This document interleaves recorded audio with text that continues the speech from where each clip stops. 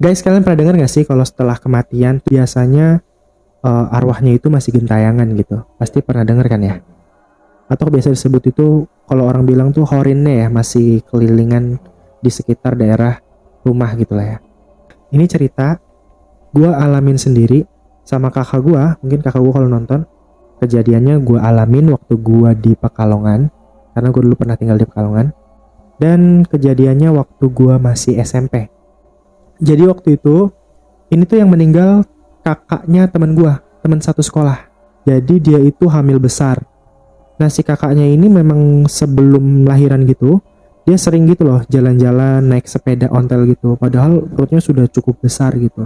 Mungkin kalau di kampung kayaknya sih memang harus banyak gerak ya kalau orang hamil. Waktu lahiran, waktu masanya lahiran, itu dia itu lahirannya pakai dukun beranak.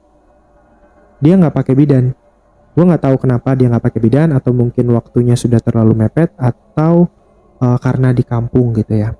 Di kampung gue itu sebetulnya bukan terlalu pelosok-pelosok juga bukan, cuman jarak rumah satu antara rumah satu sama rumah lain itu agak berjarak gitu.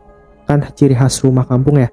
Jadi rumah terus petarangan atau apa kayak kebun gitu, terus baru rumah lagi, rumah lagi, rumah lagi gitu. Nah ini tuh kejadiannya sekitar jam 9 mau jam 10 gitu. Air di rumah habis, air galon aqua gitu. Tapi namanya di kampung kalau jam 9 malam pun itu udah cukup sepi gitu ya.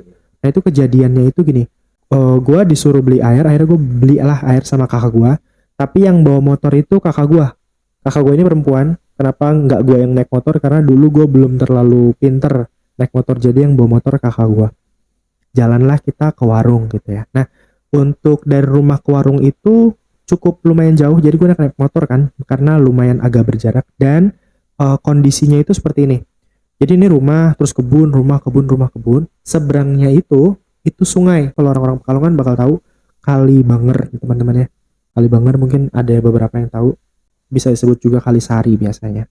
Itu cukup besar. Jadi depan rumah itu kebun, terus sungai. Jadi ya udah rumahnya cuma satu sisi gitu kan, menghadap ke sungai itu. Buat ke warung itu, gue harus lewat jalan itu. Terus melewatilah rumah si temen gue ini.